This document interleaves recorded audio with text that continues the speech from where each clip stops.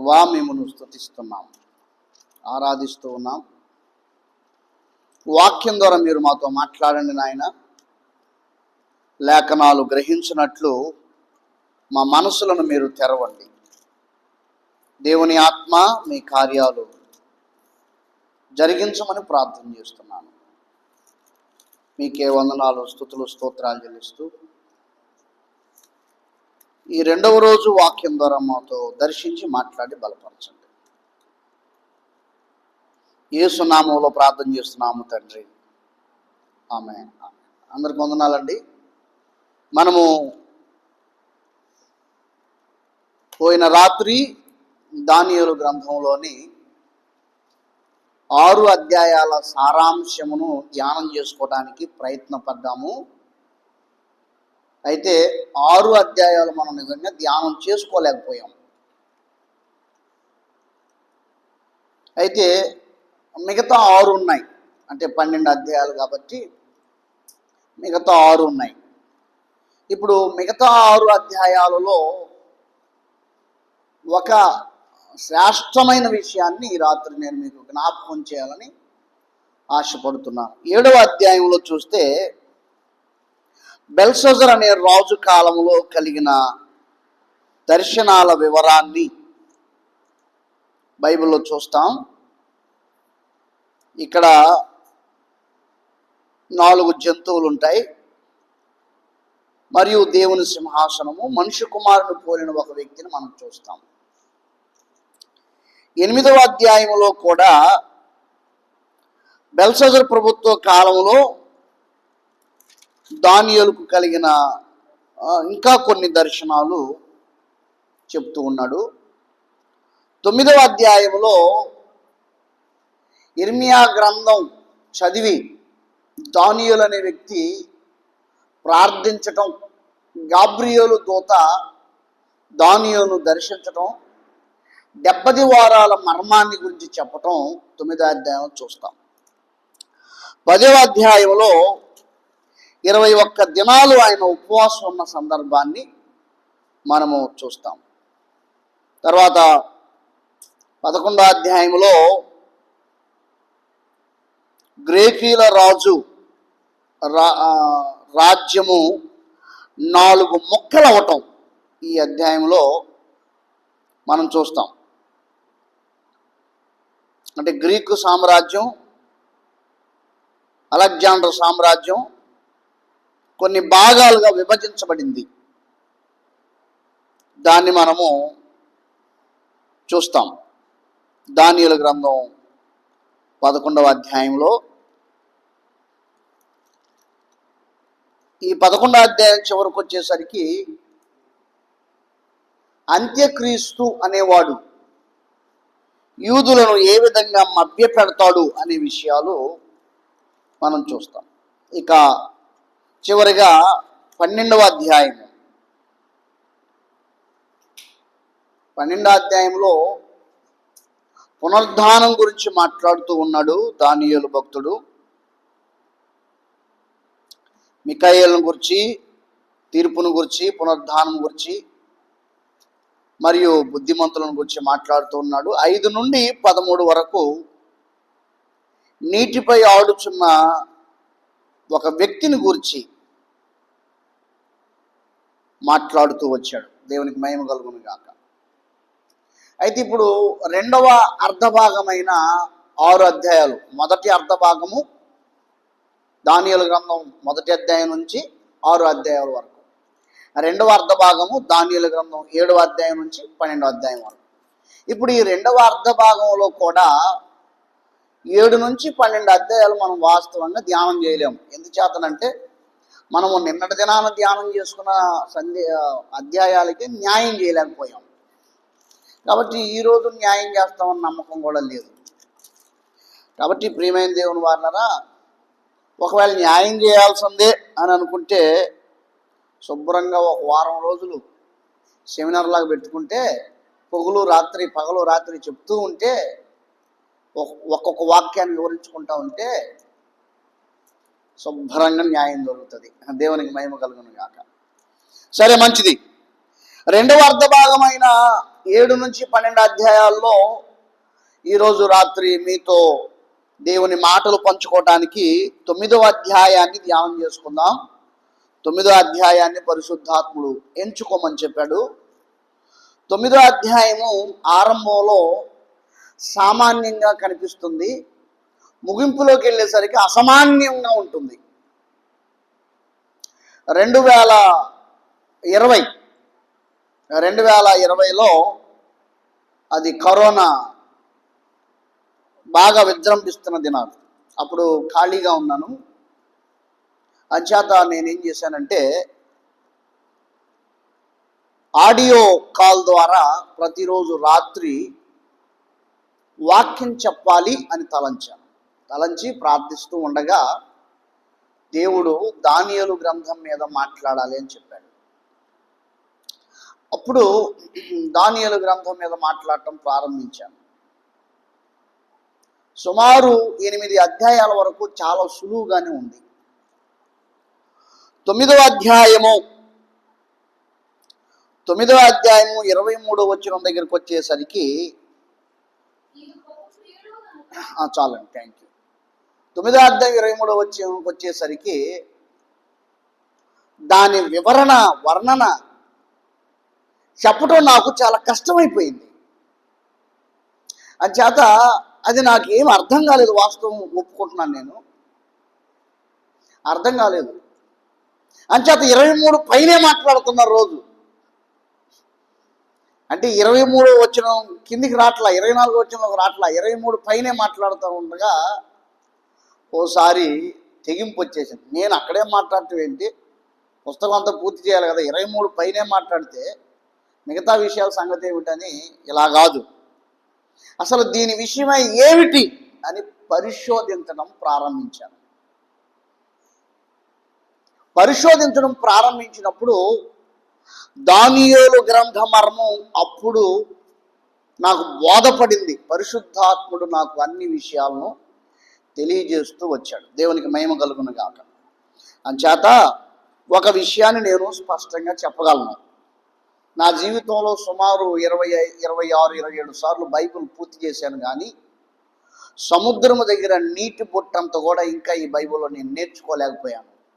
నేను నేర్చుకోవలసిన ఇంకా కోటాను కోట్ల మర్మాలు ఈ పుస్తకంలో ఇంకా ఉన్నాయి. బహుశా నా జీవితం ఈ గ్రంథాన్ని నేర్చుకోవటానికి సరిపోదేమో.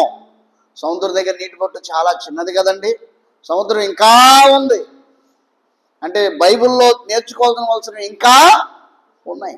నీటి బొట్టంతా కూడా ఇంకా నేను నేర్చుకోలేకపోయాను. అంచేత నేను బైబిల్ స్టూడెంట్ని. నేను ఎవరినండి? బైబిల్ స్టూడెంట్ని. ప్రతిరోజు బైబిల్ దగ్గర నేను నేర్చుకుంటాను. గుర్తుపెట్టుకోండి, ఎవడైతే నాకు తెలుసు అనుకుంటున్నాడో వాడికి ఏమీ తెలియదు. వాడు తెలుసన్న భ్రమలోనే బ్రతుకుతున్నాడు. గుర్తుపెట్టుకో, ఏదైనా నీకు తెలియంది ఏదైనా తెలుసు అనుకునే భ్రమలో బ్రతుకుతూ ఉంటే అసలు నీకేమీ తెలియదు. నేను చేయగలను, నేను మాట్లాడగలను, నాకు తెలుసు, నేను చెప్పింది చేయాలి, ఈ తత్వంలో ఉంటే అసలు నీకేం తెలియదు. నేర్చుకోవడానికి ప్రయత్నం చేస్తే దేవుడు ప్రతి విషయాన్ని తెలియజేస్తాడు. దేవునికి మహిమ కలుగును గాక. ఎందుకు అంటే ఇప్పుడు చదవండి, ద్వితీయోపదేశ కాండము 29వ అధ్యాయము 29వ వాక్యము.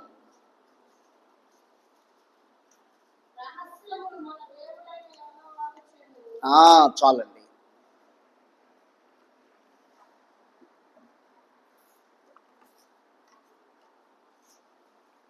బైబిల్ అంటుంది, రహస్యములు మన దేవుడైన యెహోవాకు చెందును. కాబట్టి దేవునికి చెందిన రహస్యాలు దేవుని యొద్దనే నేర్చుకోవాలి. కాబట్టి దేవుని దగ్గరికి వెళ్ళాలి, ఆయనతో సమయం గడపాలి, ఆయనతో సంభాషించాలి. అప్పుడే దైవ సంబంధమైన మర్మాలు మనకు అర్థమవుతాయి. యేసు ప్రభుల వారు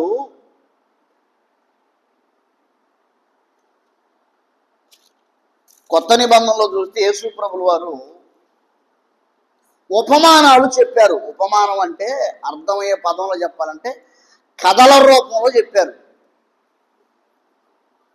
ఎందుకు? సులువుగా అర్థం చేసుకోవడానికి. అయితే ఆ కథలు కూడా మనుషులకు అర్థం కాలేదట. అర్థమైందండి? ఆయన అర్థం చేసుకోవడానికి కథల రూపంలో చెప్పిన ఆ కథలు కూడా మనుషులకి అర్థం కాలేదు. అందుకనే యేసు ప్రభులు వారు చెప్పారు, మత్తయి శుభవార్త 13వ అధ్యాయము 11వ వచనంలో, పరలోక రాజ్య మర్మము ఎరుగుట మీకు అనుగ్రహింపబడి ఉన్నది కానీ వారికి అనుగ్రహింపబడలేదు. ఎవరికి? శిష్యులకు అనుగ్రహింపబడిందట, కానీ ఆ ఉపమానాలు వినుచున్న వారికి అనుగ్రహింపబడలేదట. 12వ వచనం, కలిగిన వానికి ఇయ్యబడును, వానికి సమృద్ధికి కలుగును, లేని వానికి కలిగినది వాని యొద్ద నుండి తీసివేయబడును, మరియు వారు చూచుచుండియు చూడరు, వినుచుండియు వినకయు గ్రహింపకయు ఉన్నారు. చూస్తా ఉన్నారు కానీ చూడలేదట, వింటా ఉన్నారు కానీ వింటం లేదట, గ్రహించట్లేదట. కొంతమంది జీవితాలు వినుటకు మాత్రమే సరిపోతున్నాయి కానీ గ్రహింపు లేకుండా పోతున్నాయి. ఇది నిజంగా చాలా వేదనకరమైన విషయం. దేవుని సువార్త, దేవుని వాక్య సత్యములు మన దాకా వచ్చిన మనం గ్రహించలేకపోతూ ఉన్నాము అంటే ఎంత బాధాకరమైన విషయం. యేసు ప్రభులు వారు ఏమన్నా మర్మాలు చెప్పారా అండి? 13వ అధ్యాయంలో చూస్తే, యేసు ప్రభులు వారు 13వ అధ్యాయంలో చూస్తే, పొలము విత్తనము. ఒక వ్యక్తి వెళ్ళి విత్తనాలు చల్లుతున్నాడు, త్రోవ పక్కన పడ్డాయి, దారిలో పడ్డాయి, రాతి నేలను పడ్డాయి, సరి అయిన నేలను పడ్డాయి. ఎంత వివరంగా ఉందండి. అయినా ప్రజలకు అర్థం కాలేదట. చూడండి, శిష్యులు అడుగుతున్నారు యేసు ప్రభులు వారిని. 10వ వచనం, తర్వాత శిష్యులు వచ్చి, నీవు ఉపమాన రీతిగా ఎందుకు వారితో మాట్లాడుచున్నావు అని ఆయన అడుగగా, ఆయన వారితో ఎట్లను, పరలోక రాజ్య మర్మం ఎరుగుట మీకు అనుగ్రహింపబడింది, వారికి అనుగ్రహింపబడలేదు. అంటే యేసు ప్రభు పక్కనే ఉన్న శిష్యులకు అర్థమవుతుంది కానీ ప్రజలకు మాత్రం అర్థం కావట్లేదు. ఆయన ఏమైనా మర్మాలు చెప్పాడంటే చాలా సులువైన పదజాలంలో, అర్థమయ్యే విషయాలలో, విధానంలో, అంటే వారి కంటికి కనిపించే పదార్థాల రూపంలో చెప్పాడు. అయినా వాళ్ళకి అర్థం కావట్లా. పొలము, విత్తనము ఎంత అర్థమవుతుంది? విత్తనాలు చల్లటం, త్రోవ పక్కన, రాతి నేల, ముళ్ళ పొద, సరి అయిన నేల, ఎంత అర్థంగా ఉంది. తర్వాత ఇంకా ఎలా చెప్పాడు? 31, 32 వచనాల్లో చూస్తే ఆయన ఆవగింజను గురించి చెప్పాడు. తర్వాత 33వ వచనం చూస్తే పులిసిన పిండిని గురించి చెప్పాడు. ఇవన్నీ సులువుగా ఉంటాయి అన్నమాట. 44వ వచనంలో చూస్తే దాచమన్న ధనం గురించి చెప్పాడు. 45, 46 వచనాల్లో చూస్తే మంచి ముత్యం గురించి చెప్పాడు. 47, 48, 49 వచనాల్లో చూస్తే వలను గురించి చెప్పాడు. ఇప్పుడు ఈ ఉపమానాలన్నీ, ఒక్క విత్తువాని ఉపమానం కొంచెం ఎక్స్ట్రా పెద్దదిగా ఉంది కానీ మిగతా ఉపమానాలు 1 వచనము, 2 వచనాలు, 3 వచనాలు, 4 వచనాలు అంతే. అంత సులువైన విషయాలు కూడా వాళ్ళు గ్రహించలేకపోతున్నారు. యేసు ప్రభుతో ఉన్న శిష్యులు ఉన్నారే, వారు గ్రహిస్తున్నారు. ఇక్కడ రహస్యం ఏమిటంటే, రహస్యములు మన దేవుడైన యెహోవాకు చెందును. అంటే ఆయనతో ఎవరు ఉంటారో వారికి అర్థమవుతాయి. ఆయనతో ఉండని వారికి ఆయన మర్మము అర్థము కాదు. 25వ కీర్తనలో ఉంటుంది చూడండి ఒక మాట. కీర్తనల గ్రంథము 25వ అధ్యాయము. కీర్తనల గ్రంథము 25వ అధ్యాయము 14వ వచనం. యెహోవా మర్మము చాలు చూడండి, ఆయన యందు భయభక్తులు గల వారికి మాత్రమే ఆయన మర్మాలు అర్థం అవుతాయి. దేవునికి మహిమ కలుగును గాక. కాబట్టి ప్రియమైన దేవుని వాళ్ళరా, మనము దేవునితో గడిపితే చాలు దైవ మర్మములన్నీ బయలుపరచబడతాయి.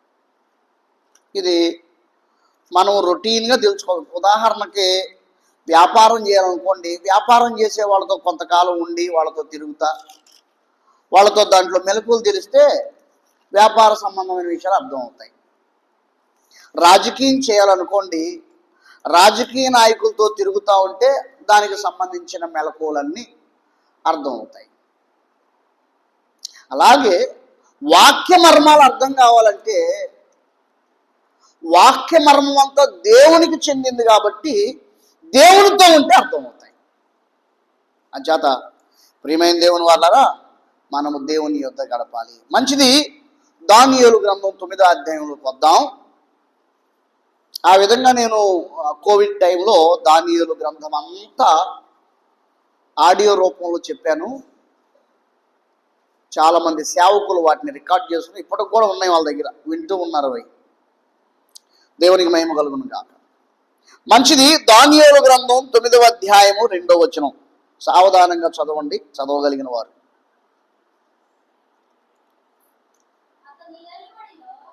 అతని ఏలుబడిలో మొదటి సంవత్సరం మందు దానియేలును నేను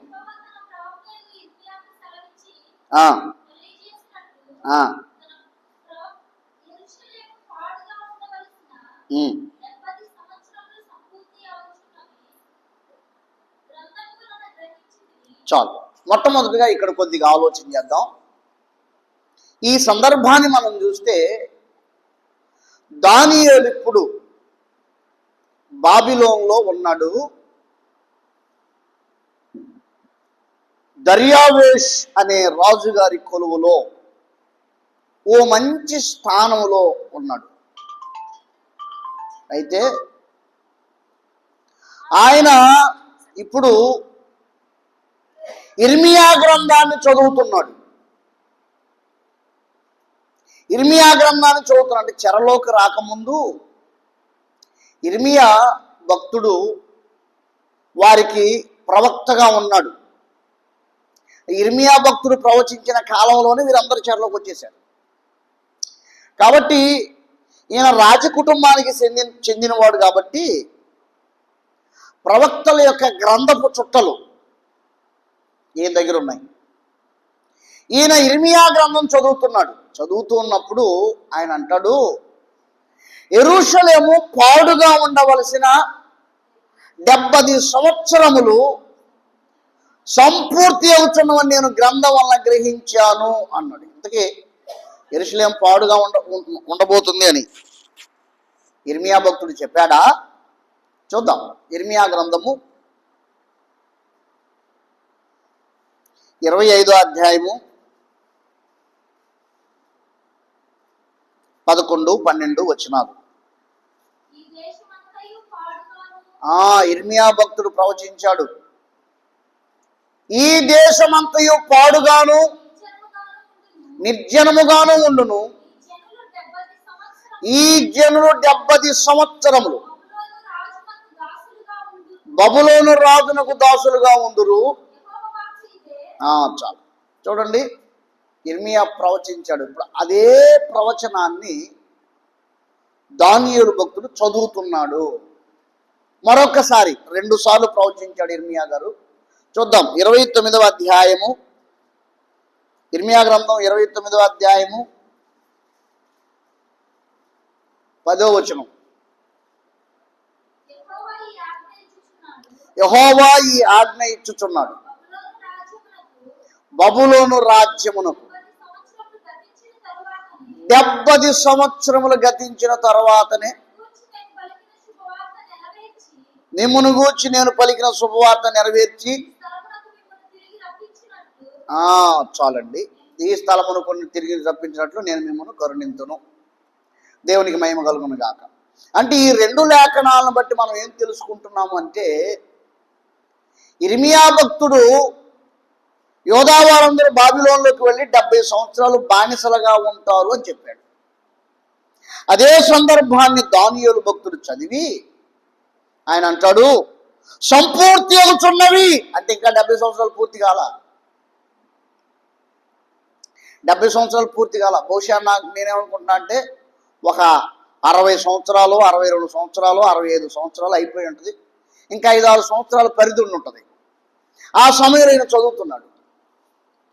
సంపూర్తి అవుతున్నవని గ్రంథం వల్ల గ్రహించి తిని, దానియేలు భక్తుడు గ్రహించి వెంటనే ఏం చేశాడంటే ఉపవాసం ఉండి దేవుని ఎదుట ప్రార్థన చేయడానికి తన మనసును స్థిరపరుచుకున్నాడట. తల మీద ధూళి పోసుకున్నాడట. బూడిదలో కూర్చొని ప్రార్థన చేస్తూ ఉన్నాడు. ప్రార్థన చేస్తూ తన పాపాలు, తన ప్రజల పాపాలు ఒప్పుకుంటూ ఉన్నాడు. 20వ వచనం చూద్దాం. నేను ఇంకా పలుకుచు ప్రార్థన చేయుచు పవిత్ర పర్వతం కొరకు నా దేవుడైన యెహోవా ఎదుట నా పాపమును, నా జనము యొక్క పాపమును ఒప్పుకొరుచు నా దేవుని ఎదుట విజ్ఞాపన చేయుచుంటిని. నేను ఇలాగున మాటలాడుచు ప్రార్థన చేయుచుండగా మొదట నేను దర్శనమందు చూచిన అతి ప్రకాశమానుడైన గాబ్రియేలు నా మనుషుడు సాయంత్రపు బలి అర్పించు సమయమున నాకు కనబడి నన్ను ముట్టెను. అతడు నాతో మాట్లాడి ఆ సంగతి నాకు తెలియజేసేట్లను. ఏ సంగతి? 70 సంవత్సరముల సంగతి, 70 వారముల సంగతి. ఆ సంగతి నాకు తెలియజేసేట్లను. దానియేలు, నీకు గ్రహింప శక్తిని ఇవ్వటానికి నేను వచ్చాను. దేవునికి స్తోత్రం, హల్లెలూయా. గాబ్రియేలు దూత అంటున్నాడు దానియేలుతో, దానియేలు నీకు గ్రహింప శక్తిని ఇవ్వటానికి వచ్చాను. అంటే దేవుడు ఆ శక్తినిస్తేనే కానీ మనం గ్రహించలేము. అర్థమైందండి? దేవుడు ఆ శక్తినిస్తేనే కానీ మనం గ్రహించలేము. దైవ మర్మంలో గ్రహించాలంటే దేవుడు ఆ శక్తిని, ఆ సామర్థ్యమును మనకి ఇవ్వాలి. అప్పుడే మనం గ్రహించగలము. దేవునితో గడిపితే ఆయన మనకు ఖచ్చితంగా దయచేస్తాడు. దేవునికి మహిమ కలుగును గాక. అందుచేత 1 కొరింథీ 14వ అధ్యాయంలో ఒక మాట రాస్తుంటాడు. నేను చెప్తాను, చదవనక్కర్లేదు. భాషతో మాట్లాడువాడు భాష అర్థము చెప్పు శక్తి కలుగుట కొరకై ప్రార్థన చేసుకొనవలెను. ఇప్పుడు భాషలు మాట్లాడుతున్నారు కదా, పరిశుద్ధాత్మ చేత నింపబడి భాషలు మాట్లాడే ఉన్నారు కదా కొందరు. ఆ భాషతో మాట్లాడేవాడు భాషల అర్థము చెప్పు శక్తి, ఆ శక్తి కావాలి. భాషల అర్థం చెప్పే వరము కావాలి. ఆ వరము కోసం ఏం చేయాలంటే ప్రార్థన చేసుకోవాలి. దేవునికి మహిమ కలుగును గాక. తెలుసా అండి, దానియేలు భక్తుడికి కొన్ని భాషలు తర్జుమా చేశాడు తెలుసా? అది ఎక్కడ ఉంటుంది? దానియేలు గ్రంథము 5వ అధ్యాయంలో ఉంటుంది. ఒక హస్తం వచ్చి గోడ మీద మెనే మెనే టేకెల్ ఊ పార్సిన్ అనే మాట వ్రాసి వెళ్ళిపోయింది. అది చూసిన తర్వాత బెల్షస్సరు పడిపోయాడు, కింద పడి కొట్టుకుంటూ ఉన్నాడు. అసలు ఆ భాష భావం ఏమిటో తెలియదు. శకునగాండ్రు, గారడీ విద్య గల వారు అందరినీ పిలిచారు. వాళ్ళకేం అర్థం కాలేదు. ఆ భాష ఏమిటని చింతాక్రాంతుడై ఉన్నాడు బెల్షస్సరు. అప్పుడు రాణి వచ్చి, భయపడవద్దు, నీ తండ్రి కాలంలో ఒక అతనున్నాడు, అతడు పరిశుద్ధ దేవతల ఆత్మగలవాడు. చూడండి దానియేలు గ్రంథం, నేను చదువుతాను 5వ అధ్యాయము 11వ వచనం. నీ రాజ్యంలో ఒక మనుషుడు ఉన్నాడు, అతడు పరిశుద్ధ దేవతల ఆత్మగలవాడు. నీ తండ్రి కాలంలో అతడు దైవజ్ఞానం వంటి జ్ఞానమును బుద్ధియు తెలివియు గలవాడి ఉండుట నీ తండ్రి కనుగొనను కనుక నీ తండ్రి అయిన రాజుకు నెబుకద్నెజరు శకునగాండ్రకును, గారడీ విద్య గలవారికిని, కల్దీలకును, జ్యోతిషకులను పై అధికారిగా అతన్ని నియమించాడు. ఈ దానియేలు శ్రేష్టమైన బుద్ధి గలవాడై కలలు తెలియజేయుటకు, మర్మములు బయలుపరచుటకు, కఠినమైన ప్రశ్నలకు ఉత్తరం ఇచ్చుటకును జ్ఞానమును తెలివి గలవాడై ఉండెను. తెలివి గలవాడిగా కనబడెను. కాబట్టి అతన్ని పిలిపించారు. అతన్ని పిలిపించి, నీవు కానీ ఈ భాషలకు, అది ఏ భాష, మెనే టీకేల్ ఊపార్షన్ అనేది హీబ్రూ భాష కాదు, గ్రీకు భాష కాదు, తెలుగు భాష కాదు, king James version, English Bible ఉన్న కింగ్ జేమ్స్ వర్షన్ కాదు. అది ఏ భాష అంటే పరలోక దేవుని భాష. అది పరలోకమందున్న దేవునితో సంబంధం ఉన్న వాళ్ళకి మాత్రమే అది అర్థమవుతుంది. కాబట్టి దానియేలు మర్మములు బయలుపరచగలిగిన దేవునితో సంబంధం గలవాడు. అందుకే దానియేలు అంటున్న మాట చూద్దాం. దానియేలు ఏమంటాడంటే, దానియేలు గ్రంథము 2వ అధ్యాయము, ఇప్పుడు చదవచ్చండి, 28వ వచనం. అయితే మర్మములను బయలుపరచగల దేవుడు ఒకడు.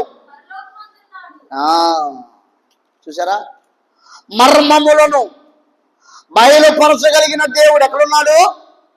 పరలోకమందున. ఆయనతో సంబంధం ఉంటే భాషల మర్మాలు చెప్పవచ్చు, బైబిల్ మర్మాలు చెప్పవచ్చు, మనుషుల మనస్తత్వాలు చెప్పవచ్చు, అన్నిటినీ గ్రహించవచ్చు ఆయనతో సంబంధం ఉంటే. అందుచేతనే పేతురు అనే వ్యక్తి గారడీ సీమోను చూసి ఏమంటాడు తెలుసా? నువ్వు ఘోరమైన దుష్టత్వంలోను బంధకముల్లోనూ ఉన్నట్టు నాకు కనబడుచున్నది అని స్పష్టంగా చెప్పాడు. అంటే అతను లోపల ఉన్న పరిస్థితిని ఎలా గ్రహించగలిగాడు? దేవునితో సంబంధం ఉంది. ఎవరికీ చెప్పకుండా రహస్యంగా కొంత దాచుకొని కొంత తీసుకొని వచ్చి అననీయ అనే వ్యక్తి అపోస్తుల పాదముల దగ్గర డబ్బు పెట్టి వెళ్ళి కూర్చున్నాడు. పేతురు ఏమంటున్నాడు? మీరు ఇంతకే అమ్మారా? ఎందుకు మీరు పరిశుద్ధాత్మను మోసపుచ్చుతున్నారు? ఎవరు చెప్పారు పేతురు గారికి?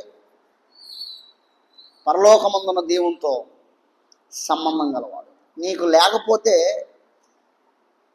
నీకు ఆ సంబంధం లేకపోతే నీకే విషయాలు తెలియదు.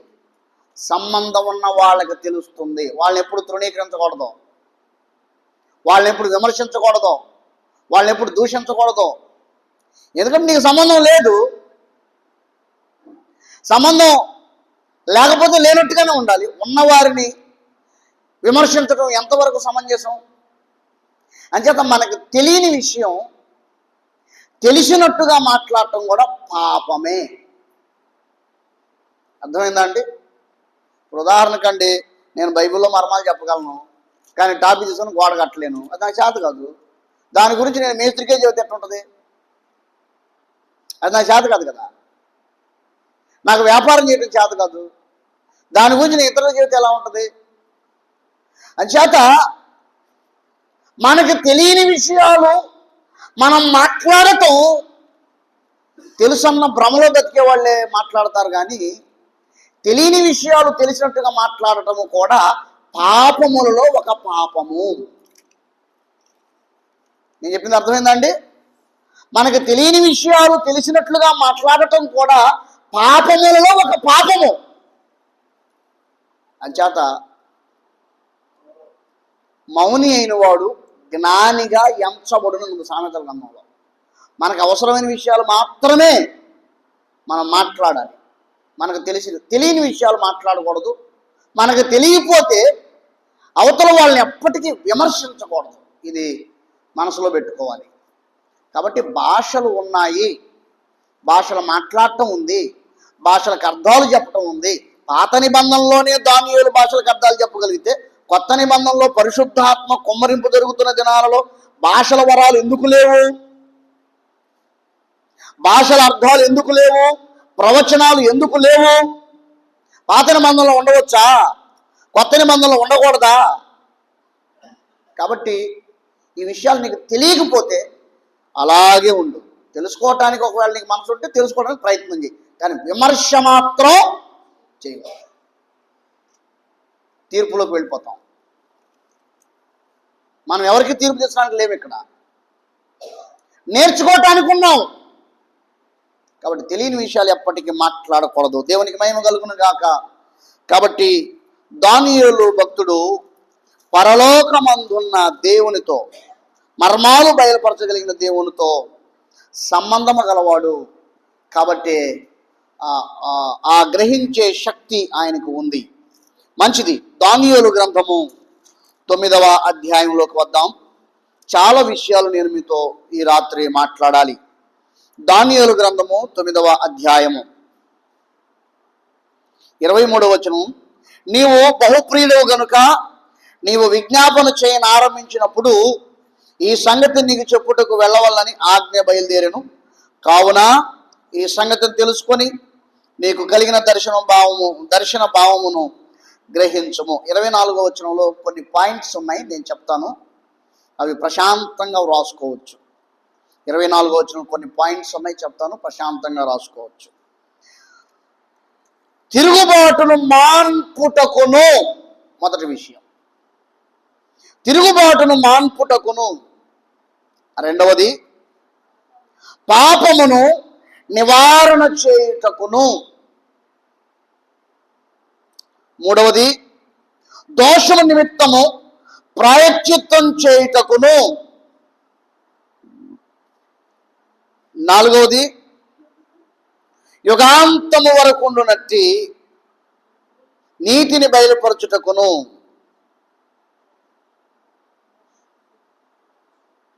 ఐదవది దర్శనమును ప్రవచనమును ముద్రించుటకును. ఆరవది అతి పరిశుద్ధ స్థలమును అభిషేకించుటకును. ఈ 6 విషయాలు జరగటానికి నీ జనమునకును పరిశుద్ధ పట్టణమునకును 70 వారములు విధింపబడెను. దేవునికి మహిమ కలుగును గాక. ఇక్కడ జాగ్రత్తగా వినండి. 70 సంవత్సరాలు వేరు, 70 వారాలు వేరు. 70 సంవత్సరాలు ఇశ్రాయేలీలు బాబిలోనులో చెరగా ఉంటారు. 70 సంవత్సరాలు అయిన తర్వాత యెరూషలేము వెళ్ళిపోతారు. అయితే 24వ వచనంలో, దానియేలు గ్రంథం 9వ అధ్యాయం 24వ వచనంలో నేను 6 పాయింట్ చెప్పానే, ఆ 6 విషయాలు నెరవేరటానికి 70 వారములు పడుతుంది అని గాబ్రియేలు దానియేలుతో చెప్పాడు. దేవునికి మహిమ కలుగును గాక. మంచిది. ఇప్పుడు మనం దేవుని కాలాలలోనికి, నియమాలలోనికి, విధానాల్లోకి ఒక్కసారి తొంగి చూడాలి. దేవుని కాలాలు అద్భుతంగా ఉంటాయి. చూడండి,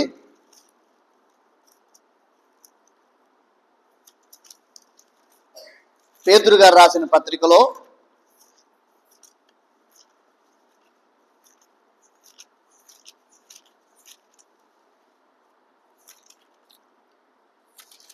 రెండవ పత్రిక అండి,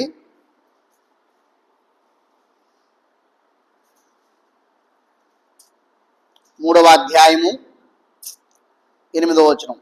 ప్రియులారా, ఒక సంగతి మరిచిపోకుడి, ఏమనగా ప్రభు దృష్టికి ఒక దినము 1000 సంవత్సరముల వలెను. 1000 సంవత్సరములు. దేవుని కాలాలు అద్భుతంగా ఉంటాయి. ప్రభు దృష్టి కంటే ఒక్క దినం 1000 సంవత్సరాలు. ఒక దినం 1000 సంవత్సరాలు. 1000 సంవత్సరాలు ఒక దినమే. దేవుని కాలాలు. దేవుడు నేను చెప్తున్న ఈ మర్మాలని గ్రహించినట్లు నీ మనసును తెరచును గాక. చూద్దాం. కీర్తన 90వ అధ్యాయంలో కూడా ఒక మాట రాయబడి ఉంటుంది. కీర్తన గ్రంథం 90వ అధ్యాయంలో దేవుని కాలాలకు వచ్చిన ఒక మాట అక్కడ మనకు కనిపిస్తుంది. 3వ వచనంలో, 4వ వచనం అండి, నీ దృష్టికి 1000 సంవత్సరములు గతించిన నిన్నటి వలెనున్నవి, రాత్రి అందలి ఒక జాము వలెనున్నవి. ఇప్పుడు 1000 సంవత్సరాలని ఎలా తీసుకోవాలి మనం? ఒక రోజులాగా తీసుకోవాలా, ఒక జాములాగా తీసుకోవాలా? ఒక జాముకి 3 hours, 3 గంటలు. జాములు పగలుంటాయా, రాత్రులు ఉంటాయా? జాములు పగలుండవు, రాత్రులే ఉంటాయి. సాయంత్రం 6 నుండి 9 వరకు మొదటి జాము, 9 నుంచి 12 దాకా రెండవ జాము, 12 నుంచి 3 దాకా మూడవ జాము, 3 నుంచి 6 దాకా నాలుగో జాము. 4 జాములు ఉంటాయి. ఇంతకు జాముకి ఎన్ని గంటలు? ఇప్పుడే కదా చెప్పానండి, 3 గంటలు. ఇక్కడ ఏమంటాడంటే, నీ దృష్టికి 1000 సంవత్సరాలు గతించిన నిన్నటి వలెనున్నవి, రాత్రి అందలి ఒక జాము వలె ఉన్నాయి. 1000 సంవత్సరాలు ఒక జాములాగా ఉన్నాయంటే 3 గంటలని దేవుడు 1000 సంవత్సరాలుగా చూస్తున్నాడు. 1000 సంవత్సరాలని 3 గంటలుగా చూస్తున్నాడు. దేవుని కాలాలు అద్భుతం. అయితే దేవునికున్న ఒక గొప్ప సామర్థ్యం ఏమిటంటే, దానియేలు గ్రంథంలో 2వ అధ్యాయంలో ఓ మాట రాయబడి ఉంటుంది. దానియేలు గ్రంథం 2వ అధ్యాయము 21వ వచనంలో, ఆయన కాలములను సమయములను మార్చువాడయుండి, అది ఎప్పటికప్పుడు తనకిష్టమైనట్టుగా తనకు అనుకూలంగా ఏం చేసుకుంటాడంటే మార్చేస్తాడు. దేవునికి మహిమ కలుగును గాక. నేను చెప్తున్నవన్నీ మీరు గ్రహించున్నట్లు దేవుడు మీ మనసులు తెరచును గాక. కొంతమంది వినుమట్టుకే వింటున్నారు కానీ ఏం అర్థం కావట్లా. పాస్టర్ గారు ఏదో చెబుతున్నాడండి, అస్సలు అర్థం కావట్లేదు అన్నట్టుకున్నారు కొంతమంది. మంచిది, ముందుకెళదాం. ఇప్పుడు దానియేలు గ్రంథం 9వ అధ్యాయము 24వ వచనంలో ఉన్న 6 సంఘటనలు నెరవేరటానికి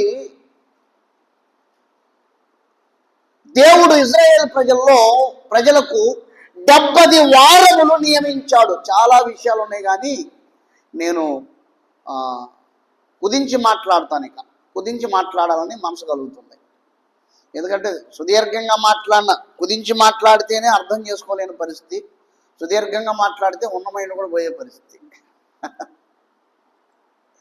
మనకు మత్తయి సువార్త అర్థం కాకపోతే దానియేలు గ్రంథం ఏమర్థమైంది? చాలామంది క్రైస్తవులకి మత్తయి సువార్త మొదటి వచనమే తెలియదు. మత్తయి సువార్త మొదటి వచనమే ఇంతవరకు అర్థం కాల. సరే, మంచిది, జాగ్రత్తగా విందాం. 70 వారములు. ఎన్ని వారాలండి? 70 వారాలు. వారానికి ఎన్ని రోజులు? 7 రోజులు. అందుకని నేను ఇప్పుడు మీకు దేవుని కాలములు అనే విషయాన్ని చెప్పాను. అసలు ఒక వారం అంటే ఏమిటి? బైబిల్ ఒక వారాన్ని గురించి ఏమని వివరణిస్తుంది బైబిల్ చూద్దాం. ఇప్పుడు మనం మామాలుల దగ్గరికి వెళ్ళాలి. ఎవరైనా మామాలుడు అంటే ఎవరు గుర్తుకొస్తారు చెప్పండి బైబిల్లో? యాకోబు, లాబాను. చూద్దాం. ఆదికాండము గ్రంథము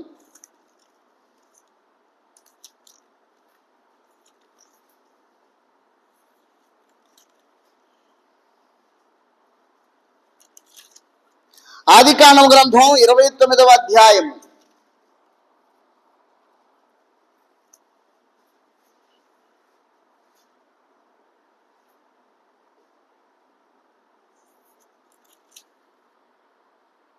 యాకోబు అనే వ్యక్తికి పెళ్ళయింది. పొద్దున్నే నిద్రలేచి రోడ్డెక్కి అన్యాయం నశించాలి నడుస్తున్నాడు. ఇదేమిట్లా? రాత్రే పెళ్ళైంది కదా యాకోబుకి, పొద్దున్నే లేచి అన్యాయం నశించాలంటాడేమిటి అని మొత్తం మీద బంధువులందరూ గుమ్మిగూడారు. ఏమిటయ్యా యాకోబు, రాత్రే కదా పెళ్ళయింది, పొద్దున్నే అన్యాయం నశించాలంటాడు, నీకు జరిగిన అన్యాయం ఏమిటయ్యా? పెళ్ళయిందిగా.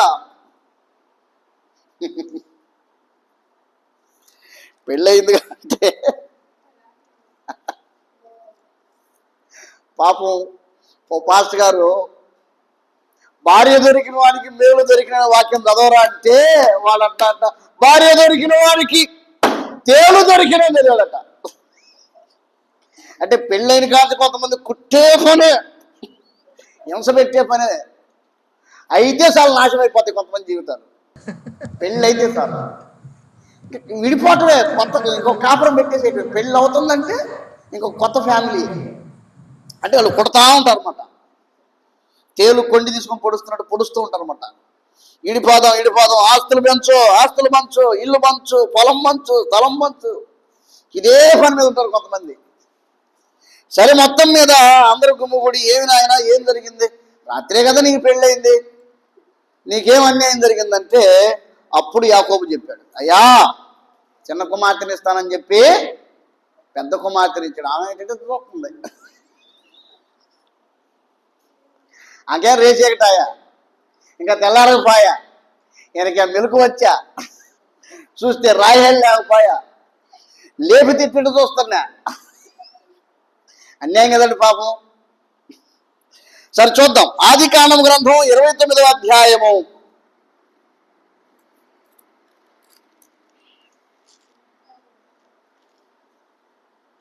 25వ వచనం.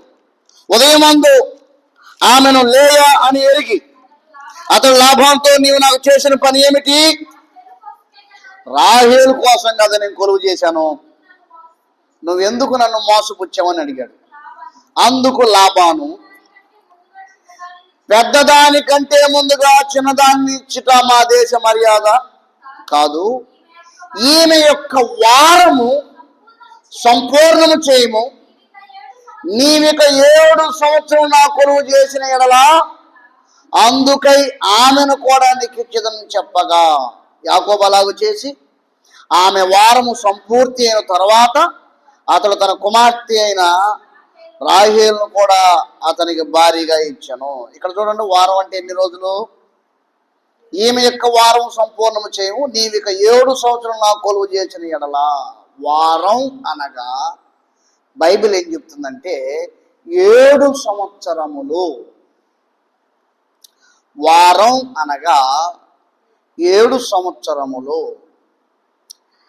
70 × 7 అని కొడితే 490 వచ్చింది. 70 × 7 కొడితే 490 వచ్చింది. అంటే సుమారు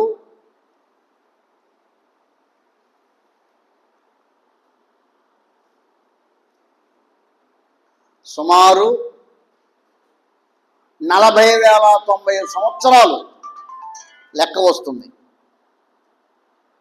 అంటే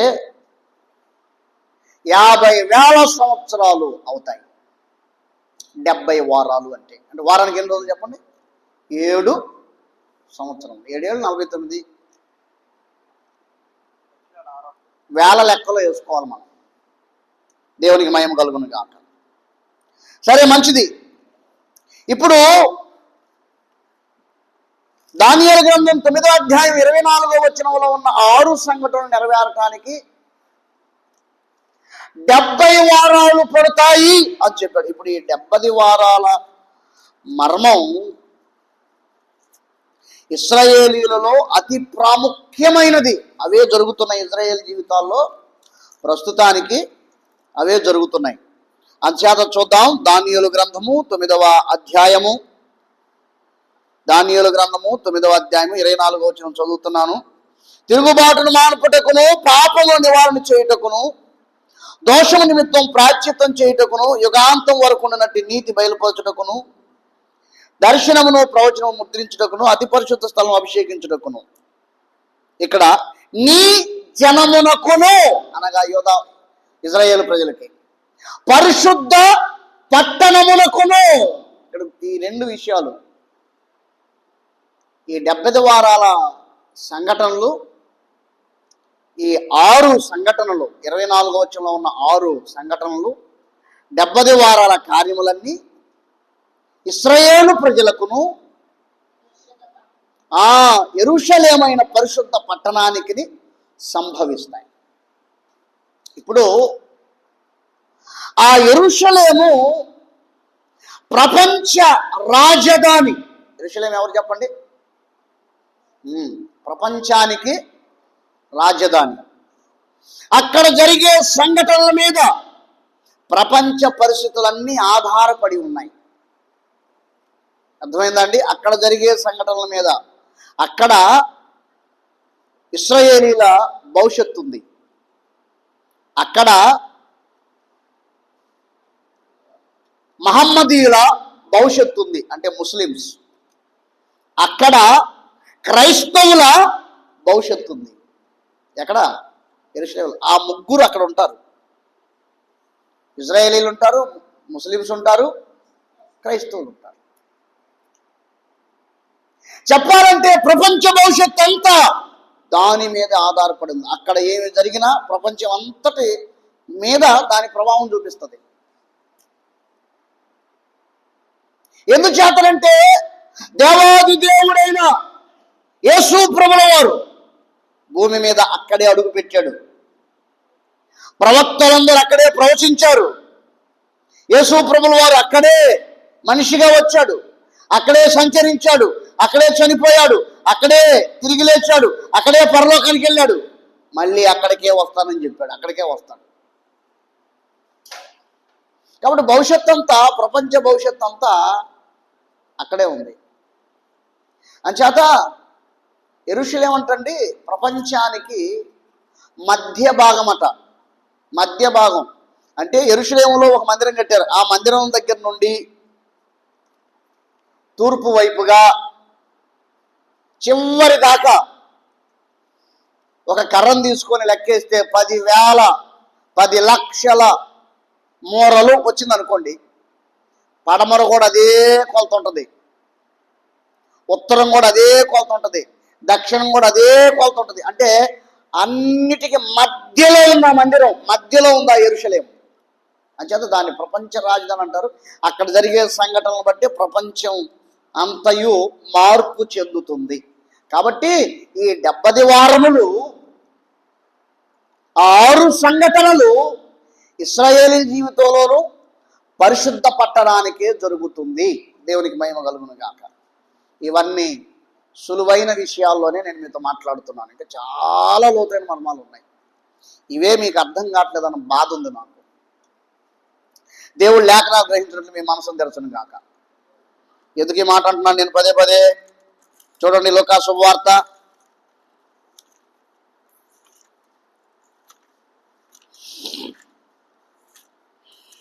4వ అధ్యాయము, అనగా 24వ అధ్యాయము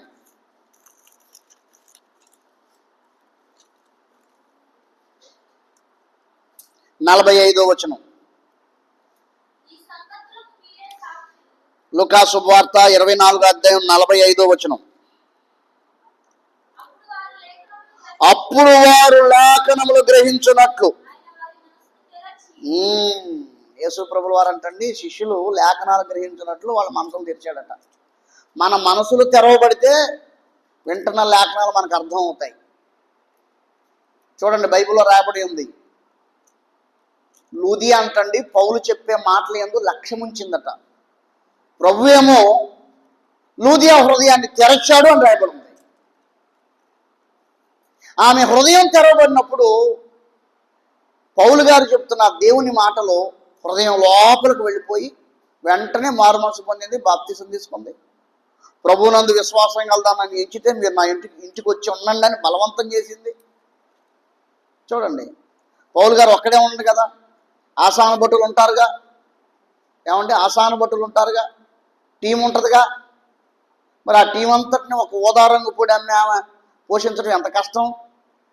కానీ ఆమె లేఖనాలు గ్రహించింది కాబట్టి దేవుని పరిచర్యకు సహకారిగా నిలబడింది. ఇక్కడ నేనేం చెప్తానంటే లేఖనాలు నువ్వు గ్రహించగలిగితే చాలు, దేవుని ఉద్దేశాలు నీ జీవితంలో నెరవేరుతాయి. దేవుడు నీతో ఏమి సంభాషిస్తున్నాడో నువ్వు అర్థం చేసుకోగలవు. దేవునికి మహిమ కలుగును గాక. మంచిది, వాక్యంలోకి వెళదాం. దానియేలు గ్రంథం 9వ అధ్యాయము. ఇక్కడ మీతో మాట్లాడవలసిన అనేక విషయాలు ఉన్నాయి. 25వ వచనం చూద్దాం. దాని 70 వారముల నెరవేర్పు ఎప్పుడు ఆరంభమైంది చూద్దాం.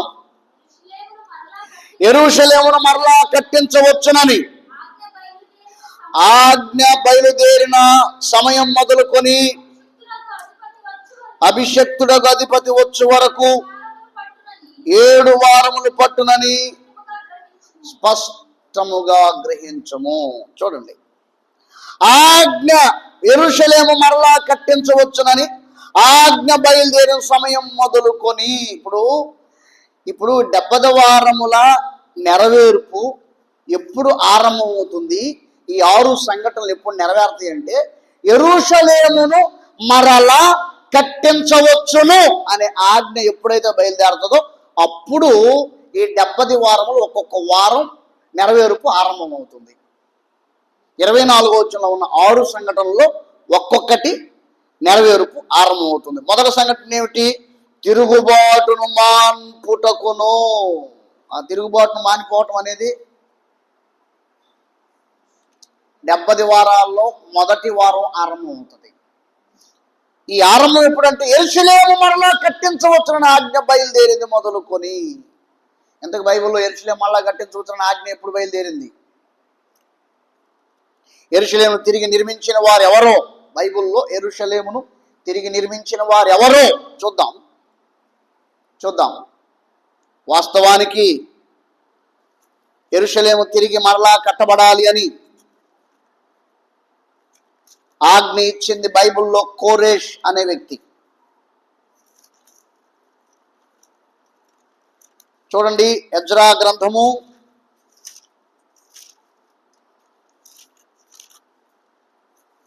1వ అధ్యాయము 1-2 వచనాలు చదువుదాం. పారసీకపు దేశపు రాజైన కోరేషు ఏలుబడిలో ఇర్మియా ద్వారా నేను ఇందాక ఇర్మియా గ్రంథంలో 2 రిఫరెన్స్లు చెప్పి చదివించానే, ఆ మాటలు మళ్ళీ ఇక్కడ జ్ఞాపకం చేస్తున్నాడు దేవుడు. ఇర్మియా ద్వారా పలకబడిన తన వాక్యము నెరవేర్చుటకై యెహోవా పారసీకపు దేశపు రాజైన కోరేషు మనసును ప్రేరేపింపగా అతడు తన రాజ్యమందంతటను చాటింపు చేయించి వ్రాత మూలముగా ఇట్లు ప్రకటన చేయించను. పారసీక దేశపు రాజైన కోరేషు ఆజ్ఞాపించింది ఏమనగా, ఆకాశమందరి దేవుడని యెహోవా లోకమందున్న సకల జనములను వశము చేసి యోధా దేశమందున్న యెరూషలేములో తనకు మందిరం కట్టించమని నాకు ఆజ్ఞ ఇచ్చాడు. కాబట్టి ఆయన జీలైన వాళ్ళు వెళ్ళండి. బాబిలోనులో ఉన్న ప్రజలారా, యోధా వారికి కావలసిన కానుకలు ఇవ్వండి, వస్త్రాలు ఇవ్వండి, పశువులను ఇవ్వండి. ఇదిగో వారు దేవుడికి వారు మందిరం కట్టడానికి బయలుదేరుతున్నారు అని ఆజ్ఞించేశాడు. బయలుదేరారు కానీ ప్రియమైన దేవుని వాళ్ళారా, వాళ్ళు వెళ్ళి పునాది వేశారు. యెరూషలేము వెళ్ళిపోయి పునాది వేశారు, మందిరానికి పునాది వేశారు. ఆ తర్వాత ఎన్నో శ్రమలు వచ్చాయి. ఆ కాలంలో హగ్గయి అనే ప్రవక్త ప్రవచించాడు, మందిరం తిరిగి కట్టండి అని. ఈ మందిరం పాడైండగా మీరు సరం వేసిన ఇంట్లో నివసించడానికి సమయమా అన్నాడు ఆయన. హగ్గయి గ్రంథం 1వ అధ్యాయం 3వ వచనం చదవనక్కర్లేదు. ఆ తర్వాత జకరియా అనే ప్రవక్త ప్రవచించాడు. అయితే ప్రియమైన దేవుని వాళ్ళరా, కోరేష్ అనే వ్యక్తి ఆజ్ఞ ఇచ్చాడు కానీ యెరూషలేము అయితే కట్టబడలేదు. అతడు మందిరం గురించి ఇచ్చిన ఆజ్ఞ. మరి యెరూషలేము కట్టించవచ్చునని ఆజ్ఞ ఎప్పుడు బయలుదేరిందంటే మనం ఆ సందర్భాన్ని నెహెమ్యా గ్రంథంలో చూస్తాం. నెహెమ్యా అర్తహషస్త అనే రాజు కాలంలో ఆ రాజుగారి దగ్గర ద్రాక్షారసపు గిన్నెను అందించేవాడుగా ఉన్నాడు. ఆయన అక్కడ ఉన్నప్పుడు యెరూషలేము నుండి కొందరు వెళ్ళి నెహెమ్యాను కలిశారు. కలిస్తే మన పట్టణం ఎలా ఉంది అని అడిగాడట. అప్పుడు వాళ్ళు అన్నారు, అయ్యా మన పట్టణ పరిస్థితులు బాగోలేవు, శ్రమను నిందను అనుభవిస్తున్నారు, ఆక్రమించుకున్న వాళ్ళు వచ్చి ఇశ్రాయేలు వారందరిని తరిమేస్తూ ఉన్నారు, చాలా బాధగా ఉందని చెప్పినప్పుడు నెహెమ్యా కొన్ని దినాలు ఉపవాసం ఉండి కన్నీరు గార్చి ప్రార్థన చేయడం ప్రారంభించాడు. ప్రభువా, 70 సంవత్సరాలు పూర్తయిపోయాయి, ప్రజలందరూ స్వదేశం వెళ్ళిపోయారు, కానీ దాని ప్రాకారములు ఇంకా కట్టబడలేదు, గుమ్మములు ఇంకా కట్టబడలేదు, అది నిర్జనముగానే ఉండిపోయింది నాయన. అయ్యో నా పట్టణం, నా ప్రజలు, నా పట్టణం అని దేవుని సన్నిధిలో ఏడుస్తూ ఉన్నాడు. మరునాడు రాజుగారు సింహాసనం మీదకి వచ్చాడు. నెహెమ్యా ద్రాక్షరసం గిన్నె అందించడానికి వెళ్ళాడు. అప్పుడు అర్తహషస్త రాజు, నీకు ఏమి వ్యాధి లేదు కదా, ఈరోజు ముఖం అంతా అదోలా ఉంది, నువ్వు సంతోషంగా లేవే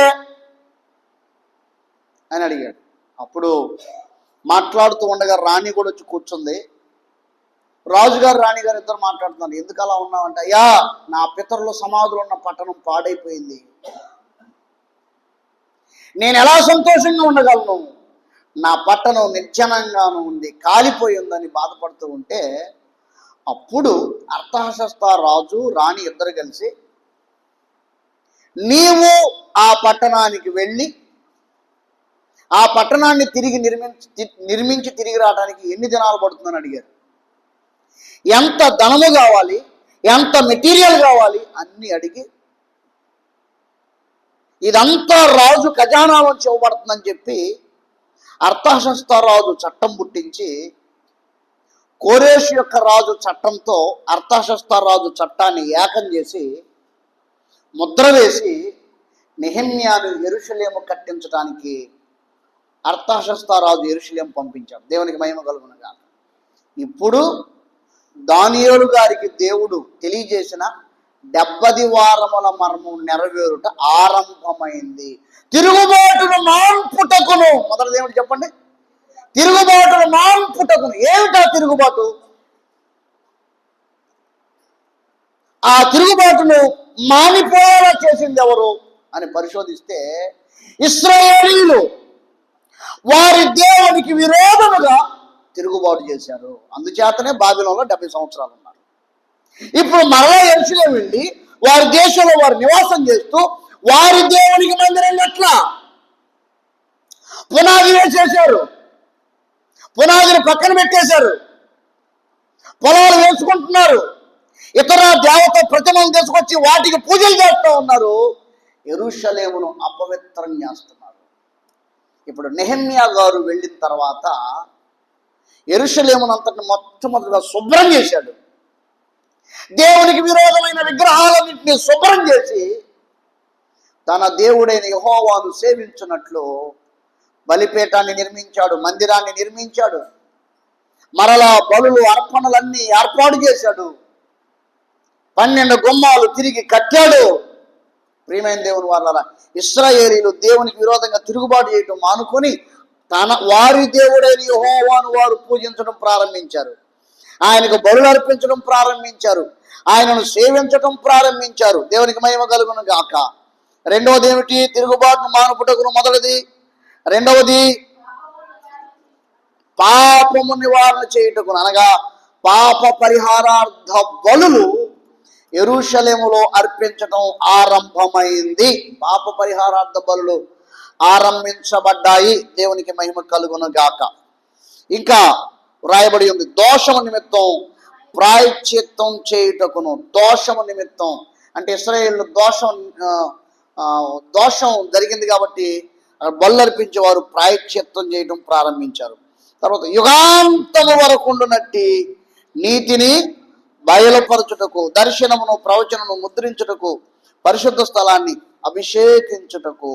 కాబట్టి ప్రియమైన దేవుని వాళ్ళరా, ఇక్కడ గమనించండి, 25వ వచనంలో యెరూషలేము మరలా కట్టించవచ్చున ఆజ్ఞ బయలుదేరిన సమయం మొదలుకొని అభిషేక్తులకు అధిపతి వచ్చే వరకు 7 వారములు పట్టును. దేవునికి మహిమ కలుగునుగాక. జాగ్రత్తగా మాటలు గమనిద్దాం.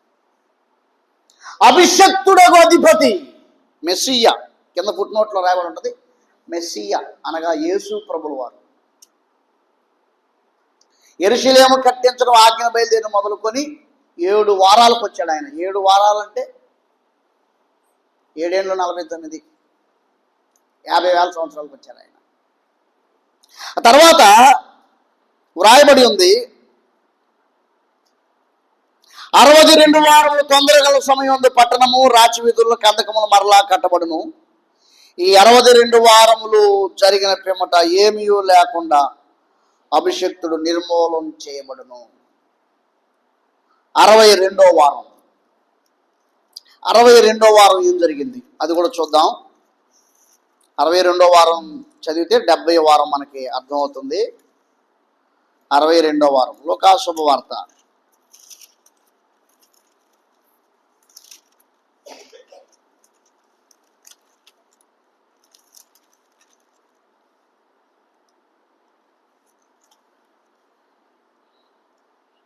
19వ అధ్యాయము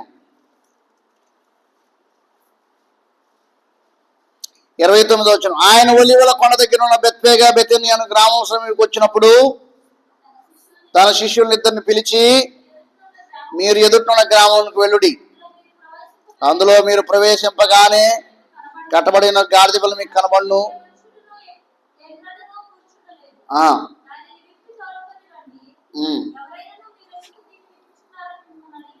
చాలండి. 35వ వచనం. తర్వాత వారు యేసునొద్దకు దాన్ని తోలుకొని వచ్చి ఆ గాడిద పిల్ల మీద తన బట్టలు వేసి యేసును దాని మీద ఎక్కించారు.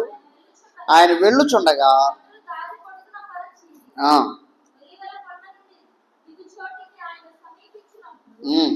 శిష్యుల సమూహం అంతయు సంతోషించుచు, ప్రభువు పేరట వచ్చువాడు స్తుతింపడును గాక, పరలోకమందు సమాధానమును సర్వోన్నతమైన స్థలములలో మహిమయు ఉండునుగాకని.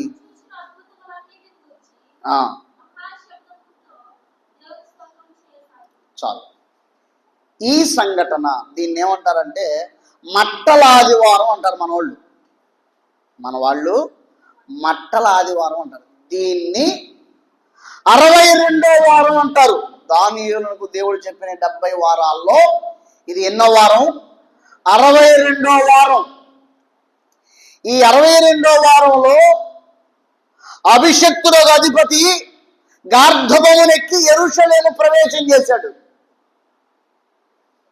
62వ వారంలో అభిషక్తుడు ఏమీ లేకుండా నిర్మూలన చేయబడును అనగా యేసు ప్రభుల వారు గాడిదనెక్కి వచ్చిన తర్వాత యెరూషలేములో ఆయన్ను పట్టుకొని ఆయనను కొట్టి పిలాతు ఎదుట నిలబెట్టి ఆయన కొరడాలతో కొట్టి రకరకములుగా హింసించి యేసు ప్రభుల వారిని సిలువ వేశారు. ఇదే 62వ వారంలో జరిగింది. దేవునికి మహిమ కలుగును గాక. ఈ 62వ వారంలోనే యేసు ప్రభుల వారు తిరిగి లేచారు. 62వ వారంలోనే యేసు ప్రభుల వారు గోయింగ్ టు హెవెన్, పరలోకానికి వెళ్ళారు. ఇంకెన్ని వారాలు ఉన్నాయి? ఎన్ని వారాలు ఉన్నాయండి? 8 వారాలు ఉన్నాయి. 8 వారాలు ఇంకా జరగాలి. 8 వారాలు జరగాలి. అయితే ఈ 8 వారాల వ్యవధి నేనేమనుకుంటున్నానంటే ఇంకా ఆరంభం కాలేదు అనుకుంటున్నాను. మధ్యలో ఇశ్రాయేలు వారందరూ చెదిరిపోయారు. కొన్ని సంవత్సరాల పాటు యెరూషలేం అనే దేశం గ్లోబల్ మ్యాప్లో కనిపించలేదు. మీకు తెలుసా? బహుశా 10 సంవత్సరాల క్రితం అమెరికా అధ్యక్షుడు డొనాల్డ్ ట్రంప్ అని ఆయన యెరూషలేమును స్వదేశంగా ప్రకటించిన వార్తలు నేను విన్నాను టీవీలో. అంటే సుమారు 10 సంవత్సరాలు ఈ మధ్య కాలంలోనే వారికి సొంత దేశం అనేది లేదు. ట్రంప్ అంతకుముందు అమెరికా అధ్యక్షుడైనప్పుడు యెరూషలేము సొంత దేశంగా ఉండాలని యెరూషలేములో పాలస్తీనా అధికారులందరితో మాట్లాడి వారికి స్వదేశం రావాలని చాలా ప్రయత్నాలు చేసి వారికంటూ ఒక సొంత దేశం ఏర్పడేలాగా చాలా త్యాగం చేశాడు. ఈ మధ్య కాలంలో జరిగిన సంఘటనలు ఏమి ఎప్పుడో జరిగినాయి కాదు, ఈ మధ్య కాలంలో జరిగిన సంఘటనలే. యేసు ప్రభుల వారు పరలోకం వెళ్ళిన తర్వాత కొత్త నిబంధన సంఘం కట్టబడింది, నిలబడింది. కానీ యెరూషలేములో ఇజ్రాయేల్ ప్రజలు నిలబడలేదు. చాలామంది రాజులు ఆ దేశం మీద దాడి చేశారు. మొత్తం ప్రపంచం అంతా చెల్లా చెదరైపోయారు. ఈ మధ్య కాలంలోనే వస్తూ వారు స్వదేశాలకు వాళ్ళు తిరిగి వస్తూ ఉన్నారు. స్వదేశాలకు తిరిగి వస్తూ ఉన్నారు. కాబట్టి 62వ వారం నుంచి 63వ వారం మళ్ళా జాయిన్ అవ్వటానికి కొంత టైం పడుతుంది. ఈ ఈ ఈ లోపు ఒక వ్యక్తి వస్తాడట మధ్యలో.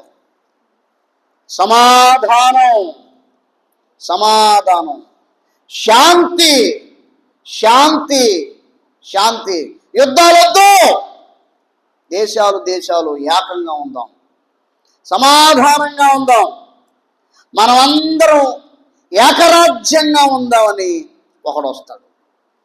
అతన్ని ఏమంటారంటే అంత్యక్రీస్తు అంటారు. యేసు ప్రభువులాగే మాట్లాడతాడు, యేసు ప్రభువులాగే ప్రవర్తిస్తాడు, యేసు ప్రభువులాగే అద్భుతాలు చేస్తాడు. అంచేత యేసు ప్రభుల వారు ఈ విషయాలు ముందుగానే చెప్పారు. చూడండి, మత్తయి శుభవార్త 24వ అధ్యాయం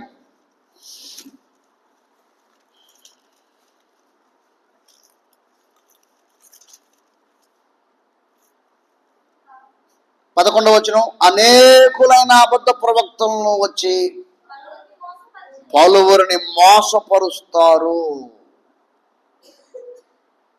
అనేకులైన అబద్ధ ప్రవక్తలు అంటండి. మరొక సందర్భం ఏమైనా రాయబడి ఉంటుంది, అబద్ధ క్రీస్తులు అనే మాట మరొక సందర్భంలో మనం చూస్తాం. వాళ్ళు ఏం చేస్తారంటే, చూడండి 24వ వచనం ఉంటుంది ఆ మాట. 23 నుంచి చదువుదామండి. ఆ కాలమందు ఎవడైనను ఇదిగో క్రీస్తు ఇక్కడ ఉన్నాడు, అక్కడ ఉన్నాడు అని చెప్పిన యెడల నమ్మకుడి. అబద్ధపు క్రీస్తులను అబద్ధపు ప్రవక్తలను వచ్చి సాధ్యమైతే ఏర్పరచబడిన వారిని సైతం మోసపరుచుటకై గొప్ప సూచక్రియలను మహత్కార్యములను కనబరచెదరు. అర్థమైందండి? అనేకులైన అబద్ధ క్రీస్తులు వస్తారు. ఈ మధ్య కాలంలోనే బహుశా 5-6 నెలల క్రితమే హైదరాబాదులో ఒక స్త్రీ లేచి నేనే యేసుక్రీస్తుని చెప్పింది. TV9 లైవ్లో వచ్చింది ఆ సంఘటన. వాట్సాప్ గ్రూపులు కూడా వచ్చింది. నేనే యేసుక్రీస్తుని, నేనే మీకోసం ప్రాణం పెట్టాను అని ఆమె తనను తాను క్రీస్తుగా ప్రకటించుకుంది. ఎవరండి ఆమె? అబద్ధ క్రీస్తు. అబద్ధ క్రీస్తు. అంచేత ఇవన్నీ జరుగుతూ ఉంటాయి, జాగ్రత్త. ఏర్పరచబడిన వారు సైతం మోసం చేస్తాడట అబద్ధ క్రీస్తు. కాబట్టి అతను ఏమంటాడంటే, వివాదం వద్దు, సమాధానంగా ఉందాం, ఏకమవుదాం, ఐక్యంగా ఉందాం, యుద్ధాలను విడిచిపెడదాం అని మాట్లాడతాడు. చూడండి ప్రియమైన దేవుని వారలారా, దానియేలు గ్రంథము 9వ అధ్యాయము, దానియేలు గ్రంథము 9వ అధ్యాయము.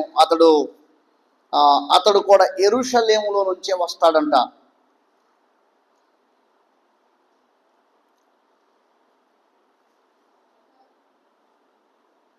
ఇరవై 27వ వచనము, అతడు ఒక వారమునకు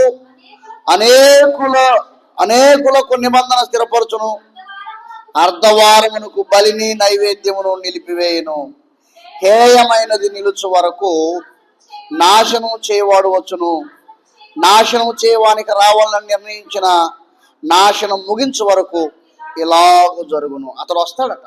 అతడు వచ్చి ఒక వారానికి అనేకులతో నిబంధనలు స్థిరపరుస్తాడట. ఒక్క వారం అంటే 7 సంవత్సరాలలో అనేకులతో నిబంధన స్థిరపరుస్తాడు. ఏంటది? ఏమి నిబంధన అంటే, మనమందరం ఐక్యంగా ఉందాం, ఐక్యరాజ్య సమితి ఒకటి ఏర్పాటు చేద్దాం. ప్రకటన గ్రంథం 13వ అధ్యాయం 1వ వచనం రాబడి, 10 తలలను 7 కొమ్ములు కలిగిన ఒక జంతువు నీళ్లలో నుంచి బయటకు వస్తుందని రాయబడి ఉంటుంది. చదవండి ఒకసారి ఆ మాట. ప్రకటన గ్రంథం. ఇవన్నీ నేను మీకు చాలా సులువుగా చెప్పేస్తున్నా. చాలా విషయాలు ఉంటాయి ఇక్కడ, చాలా లోతైన విషయాలు ఉన్నాయి. మీకు ఇవే అర్థం కావట్లేదని బాధపడుతున్నాను. ప్రకటన గ్రంథం 13:1.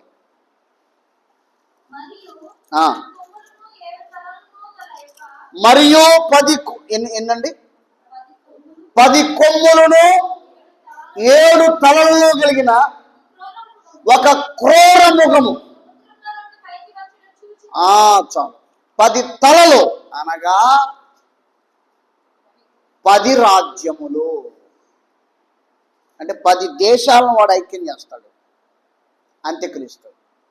7 కొమ్ములు అంటే 7గురిని అధికారం కలిగిన, తన కింద 7గురిని అధికారం కలిగిన వాడిని ఏర్పాటు చేసుకుంటాడు. సముద్రంలోంచి బయటకు వస్తుందంటే నీళ్ళు అంటే ప్రజల్లోంచి వాడు వస్తాడు పైకి. మీకు తెలుసా, ఇప్పటికే అంత్యక్రీస్తు పుట్టాడు, పెరుగుతున్నాడు, బాగా చదువుకున్నాడు. వాడి నుదుటి మీద 666 ముద్ర ఉంటుంది. పుట్టుకతోనే ఉందట ఆ ముద్ర. కొన్ని సంవత్సరాల క్రితమే ఇటువంటి ఒక వ్యక్తి పుట్టాడని వార్తలో లైవ్లో వచ్చింది. నుదుటిన 666 ముద్ర ఉంది, చేతికి ముద్ర ఉంది, ఈ చేతికి ముద్ర ఉంది. ఒకడు పుట్టాడు, పెరుగుతున్నాడు, పెరిగాడు. ఇదిగో ఒక రాజ్యాన్ని, 10 రాజ్యాల కూటమిని తయారు చేసే పనులు ఆల్రెడీ ఉన్నాడు. చివరికి నేనే క్రీస్తునని ప్రకటించుకుంటాడు. ఒక వారానికి అనేకులతో నిబంధన స్థిరపరుస్తాడు. అర్ధవారానికి బలిని నైవేద్యాన్ని నిలిపేస్తాడు. అంటే యెరూషలేములో దేవుడైన యెహోవాకు జరిగే బలి ఆపేస్తాడు, దేవునికి పెట్టే నైవేద్యం ఆపేస్తాడు. పరిశుద్ధ స్థలములో హేయమైన వస్తువు నిలబట్టు చూసినప్పుడు, అదిగో చూడండి అక్కడ రాబడి ఉంటుంది 27వ వచనంలో, హేయమైంది నిలుచు వరకు అన్నాడు. హేయమైంది నిలుచు వరకు అనగా ఇతనే వెళ్ళి పరిశుద్ధ స్థలంలో కూర్చొని నేనే దేవుణ్ణి అంటాడు. అటువంటి రోజులు రాబోతూ ఉన్నాయి. కాబట్టి ఇవన్నీ మన కళ్ళ ముందు జరగబోతూ ఉన్నాయి. ఈ మిగతా వారములన్నీ పూర్తయిపోతే ప్రభు రాకడ వచ్చేస్తుంది. మనం చాలా సమీపంలో ఉన్నాము. చెప్పని విషయాలన్నీ దేవుడు మీకు అర్థమగునట్లు అనుగ్రహించునుగాక. హెబ్రీ పత్రిక 2వ అధ్యాయము 1వ వచనం చదవండి, ప్రార్థన చేసుకుందాం. కావున మనం వినిన సంగతులను విడిచిపెట్టి కొట్టుకొని పోకుండానట్లు వాటి యందు మరీ విశేషమైన పోయిన రాత్రి, ఈరోజు రాత్రి చెప్పిన దానియేలు గ్రంథంలో ఉన్న సంఘటనలో కొట్టుకొని పోకుండా వాటి విషయంలో ఎలాగ ఉండాలి చెప్పండి? విశేషమైన జాగ్రత్త కలిగి ఉండండి. విశేషమైన జాగ్రత్త కలిగి ఉండండి. ఇంకా అనేకమైన మర్మములు ఉన్నాయి, అనేకమైన రహస్యాలు ఉన్నాయి. అంచేత ఇటువంటి లోతైన విషయాలు ఇంకా మీకు చెప్పడానికి మే నెల 11వ తారీఖు నుంచి 31వ తారీఖు వరకు ఒంగోలులో బైబిల్ క్లాసులు ఏర్పాటు చేస్తున్నాం. నాతో పాటు ఇంకా అనేక మంది దైవజనులు వస్తారు, అభిషక్తులైన దైవజనులు వస్తారు. ఆ బైబిల్ క్లాసుల్లో ఇంకా మీరు లోతైన విషయాలు నేర్చుకోవచ్చు. తమిళనాడు నుంచి వస్తారు, ఆంధ్ర నుంచి వస్తారు, తెలంగాణ నుంచి వస్తారు దైవజనులు. ప్రశాంతంగా 21 రోజులు ప్రశాంతంగా అక్కడ కూర్చొని, అన్నీ ఫ్రీ, వసతి ఫ్రీ, భోజనం ఫ్రీ, అన్నీ ఫ్రీ. లేడీస్కి లేడీస్ ఉంటారు, బాయ్స్కి బాయ్స్ ఉంటారు. ఎవరు వసతులు వాళ్ళకే, వేరువేరుగా ఉంటారు. ప్రశాంతంగా ఆడ కూర్చొని దేవుని యొక్క వాక్యాన్ని వినవచ్చు. కాబట్టి బైబిల్ క్లాసులు సిద్ధపడండి. నేనైతే 66 గ్రంథాల మీద మాట్లాడతాను. కొందరు ప్రత్యక్ష గుడారం గురించి మాట్లాడతారు, మరొక దైవజనులు ఇశ్రాయేలీల ప్రయాణం గురించి మాట్లాడతారు, మరొక దైవజనులు దేవదూతల శాస్త్రం గురించి మాట్లాడతారు. ఇంకా బైబిల్లో ఉన్న అనేక సబ్జెక్టులు, బహులోతైన విషయాలు అక్కడ దైవజనులు పంచుకుంటారు. కాబట్టి సిద్ధపడండి. ఈ విషయాలు కొట్టుకొని పోకుండా విశేషమైన జాగ్రత్త కలిగి ఉండండి. ప్రభు ఈ మాటలు దీవించను గాక.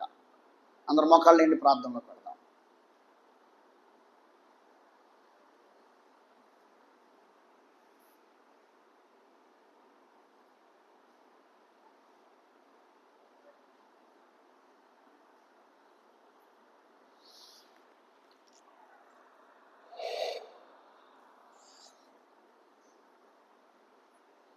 వాక్యం వాక్యం వాక్యం వాక్యం జీవవాక్యం. వాక్యం వాక్యం వాక్యం వాక్యం జీవవాక్యం. వాక్యం వాక్యం వాక్యం వాక్యం జీవవాక్యం. వాక్యం వాక్యం వాక్యం వాక్యం జీవవాక్యం. జీవవాక్యం యేసయ్య వాక్యం. జీవవాక్యం యేసయ్య వాక్యం. జీవవాక్యం యేసయ్య వాక్యం. జీవవాక్యం యేసయ్య వాక్యం. వాక్యం వాక్యం వాక్యం వాక్యం జీవవాక్యం. వాక్యం వాక్యం వాక్యం వాక్యం జీవవాక్యం. ప్రార్థన చేద్దాం, పరిశుద్ధపరచుకుందాం. దానియేలు పరిశుద్ధుడే కాకుండా మర్మాలు బయలుపరచగలిగిన పరలోకమందున్న దేవునితో సంబంధము గలవాడు. పోయిన రాత్రి పరిశుద్ధత గురించి నేర్చుకున్నాం. ఈ రాత్రి సంబంధం గురించి నేర్చుకుంటున్నాం. ఆయన పరలోకమందున్న దేవునితో సంబంధం గలవాడు కాబట్టి మనం కూడా ఆ దేవునితో సంబంధం గలవారం అయితే పరలోక రాజ్య మర్మములు మనకు అనుగ్రహించబడతాయి.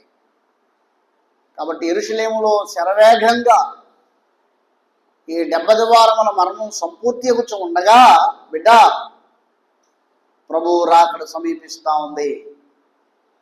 మారు మనసు పొందు, నీ జీవితాన్ని దేవునికి సమర్పించుకో. ప్రభు రాకడలో ఎత్తబడగలవు. ప్రార్థన చేద్దాం. పరిశుద్ధమైన మా తండ్రి, మా రాజా, మీకే వందనాలు, స్తుతులు, స్తోత్రాలు నాయన. దానియేలు గ్రంథం 9వ అధ్యాయము సవివరంగా మేము ధ్యానం చేయగలుగుటకు మీరు చూపిన మహాకృప కొరకు స్తోత్రం. ఈ మాటలు ప్రజలు గ్రహించున్నట్లు కృప దయచేయి నాయన. వాక్యం మీద నీ ప్రజలు మనసు పెట్టాలి. వాక్యంలో లోతైన విషయాలు విభజించి అర్థం చేసుకొని వేరుపారగలుగునట్లు వారి హృదయాల్లో మీరు కార్యం చేయండి. యూట్యూబ్ లైవ్లో ఈ మాటలు వినుచున్న వారిని దర్శించండి. ఇంకా వాక్యం మీద ప్రేమ కలిగించండి. లోతైన పవిత్రత, లోతైన మీతో సంబంధం అనుగ్రహించండి. ఈ రాత్రి వాక్యం విన్న దేవా సంఘాన్ని మీరు జ్ఞాపకం చేసుకోండి. పెద్దలను, వృద్ధులను, స్త్రీలను, పురుషులను, యవనస్తులను మీరు దీవించండి ఆయన. వాక్య సంబంధమైన ప్రతి ఆశీర్వాదం మీరు అనుగ్రహించండి. మీకే వందనాలు, స్తుతులు, స్తోత్రాలు చెల్లిస్తున్నాం. ఇంకా మీ ప్రజలు లోతైన విషయాలు గ్రహించగలుగునట్లు వారి మనస్సులను మీరు తెరవండి నాయన. మీకే వందనాలు, స్తుతులు, స్తోత్రాలు చెల్లిస్తూ సంఘముని ఇంకా అభివృద్ధి పరచండి. ఆత్మల పంటనివ్వండి. మందిరం నిండా ప్రజల చేత నింపండి. ప్రభువా, ప్రతి పోరాటము జయముగా మార్చండి నాయన. నీకే వందనాలు, స్తోత్రాలు సమర్పించుకుంటూ యేసు నామములో ప్రార్థించి మేము అడిగినవన్నీ పొంది ఉన్నాము తండ్రి. ఆమేన్. మన తండ్రి అయిన దేవుని ప్రేమ, యేసు ప్రభుల వారి కృప, పరిశుద్ధాత్మ దేవుని సన్నిధి సహవాసం, దేవుని పిల్లలారా, మనకు సకల పరిశుద్ధులకు సదాకాలం తోడై ఉండును గాక. ఆమేన్.